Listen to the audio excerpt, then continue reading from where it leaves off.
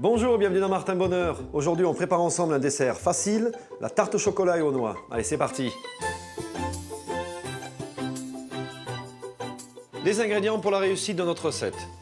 Du chocolat, des œufs, du beurre, des cerneaux de noix, de la farine et du sucre. Alors, on va commencer par quelque chose de très simple, c'est qu'on va d'abord mettre le chocolat à fondre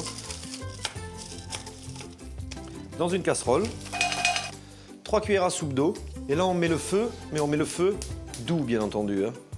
On va mettre notre beurre à fondre au micro-ondes pendant quelques secondes. Donc là on a besoin de 150 grammes.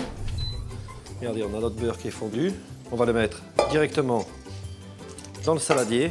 Avant de fouetter votre beurre, on a besoin de beurrer le moule. Donc qu'est-ce qu'on fait? On profite un petit peu que le beurre soit fondu.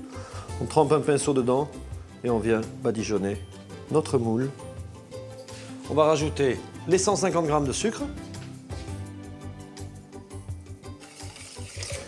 Donc là, vous allez voir que ce qu'on veut obtenir, c'est une sorte de mousse en fait. Voilà, donc regardez. Donc bien blanchir le beurre avec le sucre. Une fois qu'on a ça, on rajoute les 3 œufs. Voilà. On fouette à nouveau. Et on vient rajouter nos 50 grammes de farine. Et on fouette.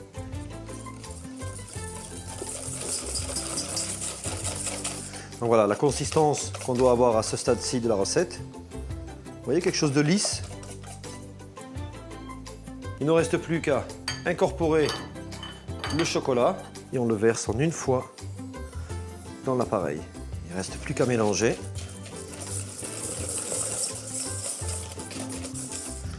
Et voilà, la texture finie. Voilà, il ne reste plus qu'à remplir notre moule beurré. Et là, vous versez toute la préparation. On va rajouter dessus les petits cerneaux de noix. Alors, ce qui est important avec une tarte comme celle-ci, vous allez voir que la cuisson à 150 degrés, ça apporte quelque chose de très très moelleux. On enfourne à 150 degrés pendant 20 minutes.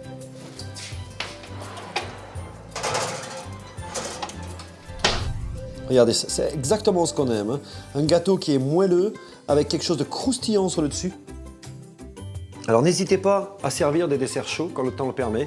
Les contrastes de température entre la glace, juste une crème ou même une belle crème anglaise, ça donne une autre dimension à votre dessert, toujours.